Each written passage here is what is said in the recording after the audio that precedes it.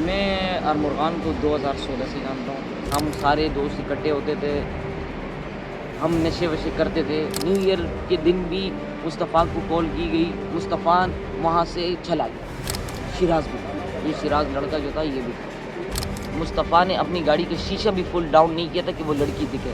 कोई वीडियो बनाए घर में या कुछ तो वो मना करते थे कि आप वीडियो ना बनाएँ। दोस्ती, ये दोस्ती नहीं थी।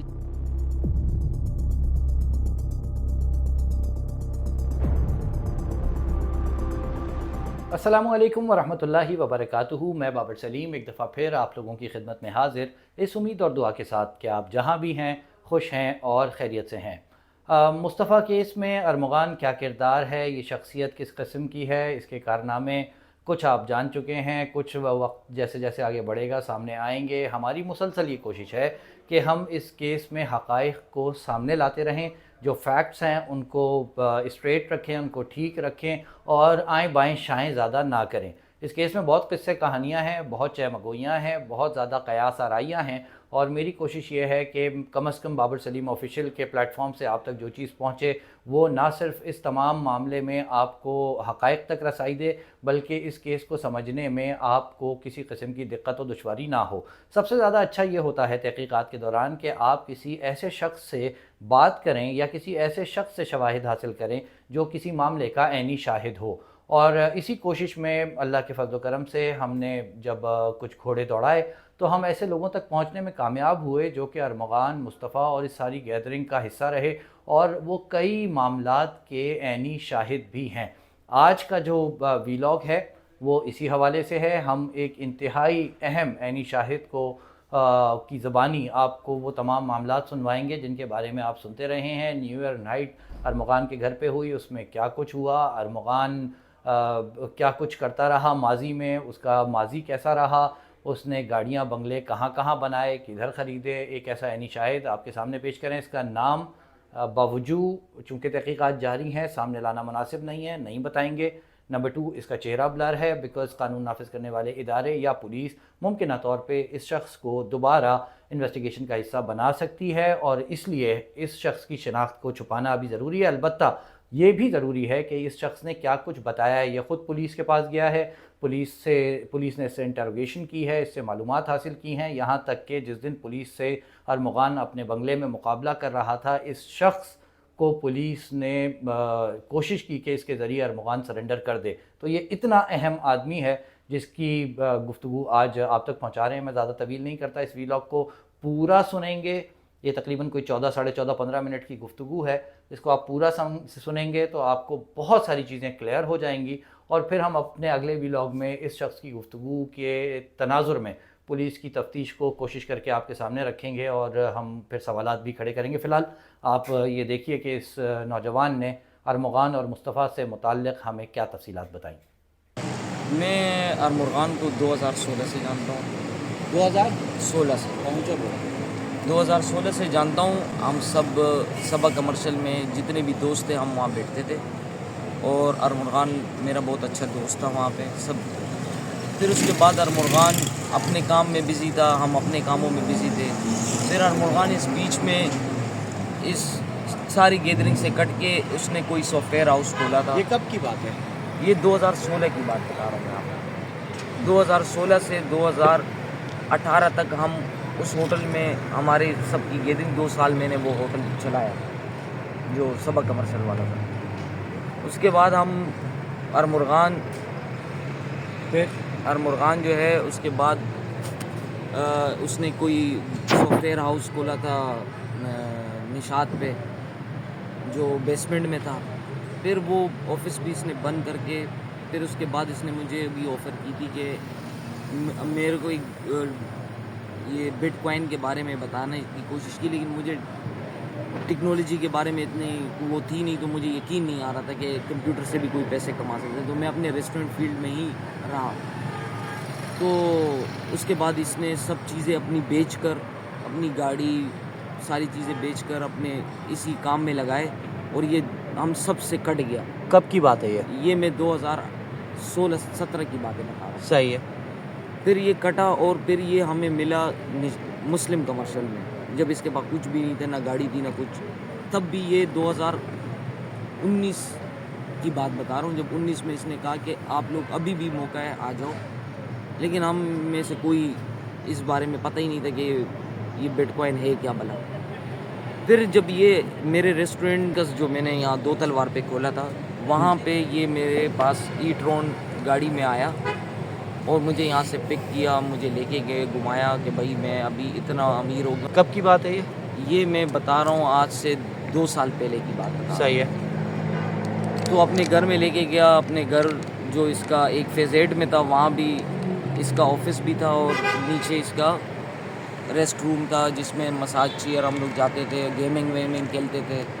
उस टाइम पार्टी वार्टी कुछ नहीं करते। फिर जब ये घर इसने लिया तो यहाँ हम सबको पार्टियाँ वार्टियाँ करवाई इन्होंने। हम सब दोस्त मुस्तफ़ा में हम सब वहाँ बैठते थे उसके घर पर।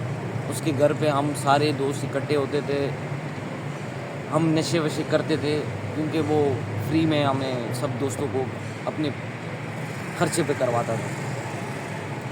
लेकिन फिर उसके बाद जब ये हादसा हुआ, ये मुस्तफ़ा का और इसकी जो लड़ाई हुई, वो लड़ाई बनी 2-2.5 लाख रुपए के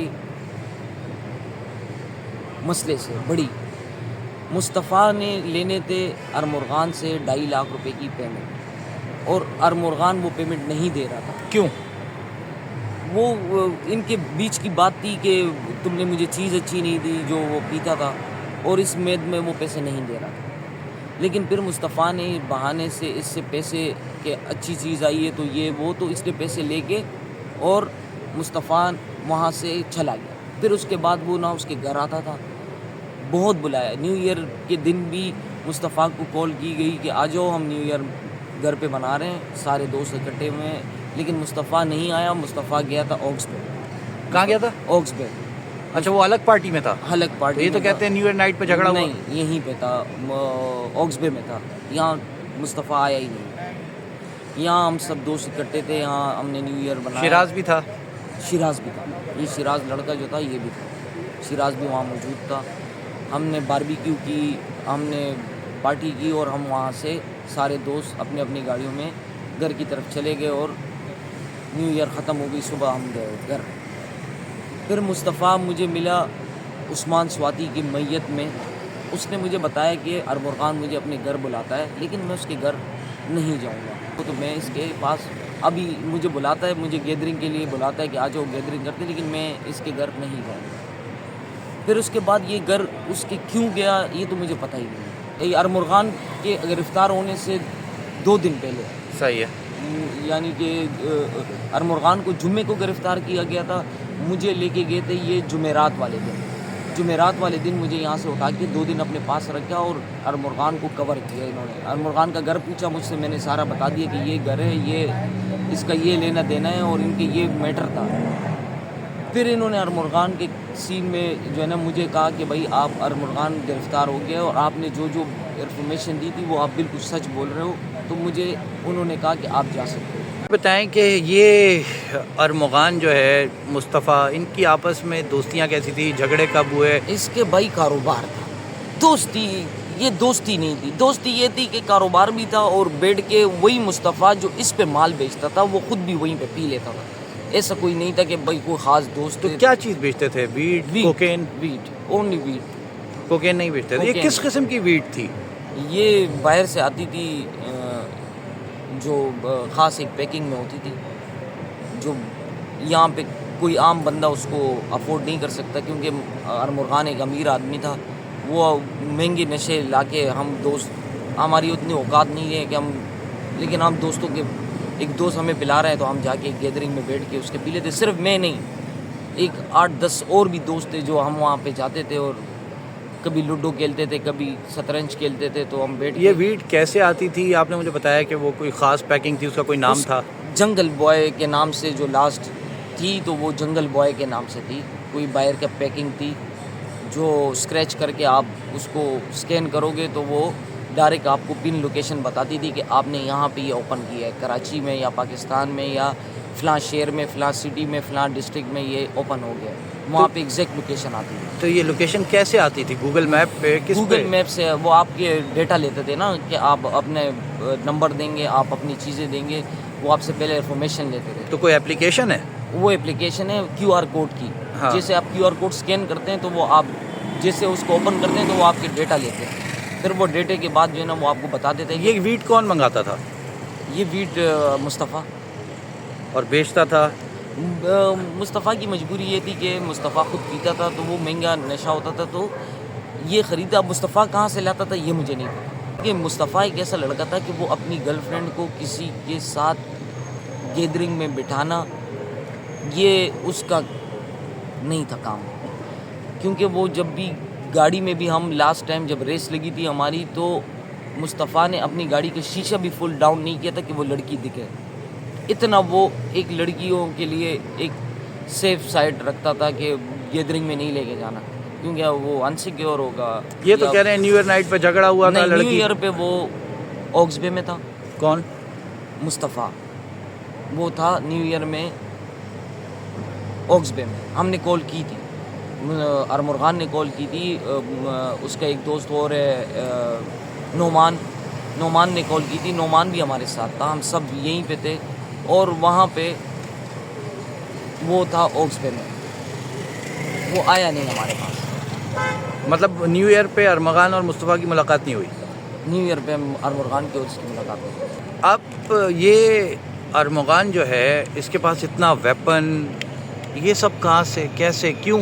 इसको शौक था असले का। ये कुछ भी वो पल में जो है ना, माशा पल में तोला, वो 2 मिनट में पलट जाना या गैदरिंग में बैठ के वो करना, गुस्सा करना, ये उसका मशगूल था। लेकिन अगर एक बंदा इतना जालिम हो सकता है कि वो किसी का सर काटे, तो मेरी तरफ से अरमुरगान को सख्त से सख्त सज़ा मिलनी चाहिए, टुकड़े टुकड़े होना चाहिए, क्योंकि उसकी माँ बहुत तकलीफ़ में। तो ये भाग गए थे हुंजा वुंजा? तब महीने में 2 दफ़ा तो ये वहीं होता था अरमुरगान। ये नहीं कि इस केस की वजह से, इससे पहले भी कितनी दफ़ा जा चुका है। क्यों? और हम सबको बुलाया था क्योंकि वहाँ ये सेटअप अपना खोलना चाह रहा था। क्या सेटअप? ये कॉल सेंटर का जो सेटअप था, ये अब ये ट्रांसफ़र करना चाहता था वहाँ हुंजा में। अच्छा, जी। फिर? लेकिन फिर ये कांड हो गया। और ये ऑफिस, ये शेर, ये तो 7-8 महीने पहले, ये गार्ड वार्ड, ये 3-4 महीने पहले ही इसने ख़त्म कर दिए थे। शेर के बच्चे भी थे? शेर के बच्चे थे, 3 बच्चे थे, और वो हुंजा ले गया था बकौल इसके कि वो हुंजा में है मेरे पास। अब ये भी कोई सही नहीं जानता। अब मैं गया नहीं हूँ वहाँ पे। मुझे बोला था कि आ जाओ, सबको दोस्तों को दावत दी थी कि आप लोग आ जाओ, लेकिन हम कोई भी नहीं गए तो दोस्तों। हुंजा में कहाँ रुकता था ये? हुंजा में ये इसने कहा कि मैंने अपनी पूरी जगह ली हुई है। अब ये भी नहीं पता सच है झूठ है। हाँ, ये भी मुझे नहीं पता। हाँ, लेकिन थी, जगह थी इसकी, अपनी जगह थी, क्योंकि ये हुंजा में बहुत ज़्यादा जाता था। हुंजा है या गिलगित बल्तिस्तान है? हुंजा में, स्कर्दू में। स्कर्दू में? जी, जो फ़्लाइट इस्लामाबाद से फ़्लाइट जाती थी। स्कर्दू। जी। तो स्कर्दू से आगे ये बहुत सारी जगहें हैं, गिलगित भी है, हुंजा भी है। भाई मैं वहाँ गया नहीं हूँ, बस ये सिर्फ वीडियो कॉल पे वहाँ के नज़ारे मुझे दिखाता था। ये जो रेड कलर की फोर्ट थी, ये भी हुंजा में थी। ये उसी दिन मेरे ख्याल में ये हुंजा से लेकर आए, बाई रोड आया है मुझे लग रहा है, अगर आप इसके इन्फॉर्मेशन लेंगे, क्योंकि ये गाड़ी नहीं थी यहाँ पे। इसके पास यहाँ ब्लैक कलर की फोर्ट थी, ये वाली गाड़ी नहीं थी। ये रैप्टर जो है ये हुंजा से आने के बाद आई है? ये रेफ्टर हुंजा में थी इसके पास। और मुस्तफ़ा के वालिद साहब Clear। कौन है, वो क्या करते वो हैं? कस्टम ऑफिसर है। वो इतफाक़ से कोर्ट में, ये लोग नारकोटिक्स कोर्ट में इनका केस था, और वहाँ पे मैंने इनकी जो है कोर्ट में मैं आता जाता हूँ, क्योंकि उस कोर्ट में मेरा भी केस चल रहा था। तो मैंने इनकी काफ़ी हेल्प की, इसकी माँ को जेल ले जाके, और इनके जो है ना घर वालों को, क्योंकि मैं कोर्ट से और जेल से वाकिफ़ था, तो मैं इनके साथ गया हूँ, आया हूँ। और जिस दिन इनकी बेल हो रही थी तब भी मैं कोर्ट में मौजूद था। मुस्तफ़ा की बेल हुई, उसकी अम्मी ने मुबारकबाद दी। और मुस्तफ़ा मनशियात के केस में कब बंद हुआ था? ये 3-4 महीने पहले। आज़ादी तो उसको तकरीबन 4-5 महीने तो उसकी आज़ादी को हो गए, कि 3-4 महीने पहले वो उसमें गया था, और 4 महीने हम लोग यहाँ कोर्ट में उसको बेल मिल गई थी। 3-4 महीने उसको भी हो गए थे कि उनको बेल मिली। तो ये आने के बाद भी सुधरा नहीं, इसको मना नहीं किया किसी ने? आने के बाद भी वो वैसे ही था। मैं नहीं चाहूँगा कि किसी के माँ का बेटा कोई छीने और उसका मैं सपोर्ट करूँ, या उसके कोई XYZ कुछ भी हेल्प करूँ। ये सिक्योरिटी गार्ड्स कितने थे, कब थे, क्यों थे भाई? ये सिक्योरिटी गार्ड इसने रखे थे तकरीबन 30 से 35 गार्ड थे इसके, जो इसके घर पे ही इसने टेंट वेंट लगा के उनको चारपाइयाँ और पंखे वंखे सब घर पे ही थे।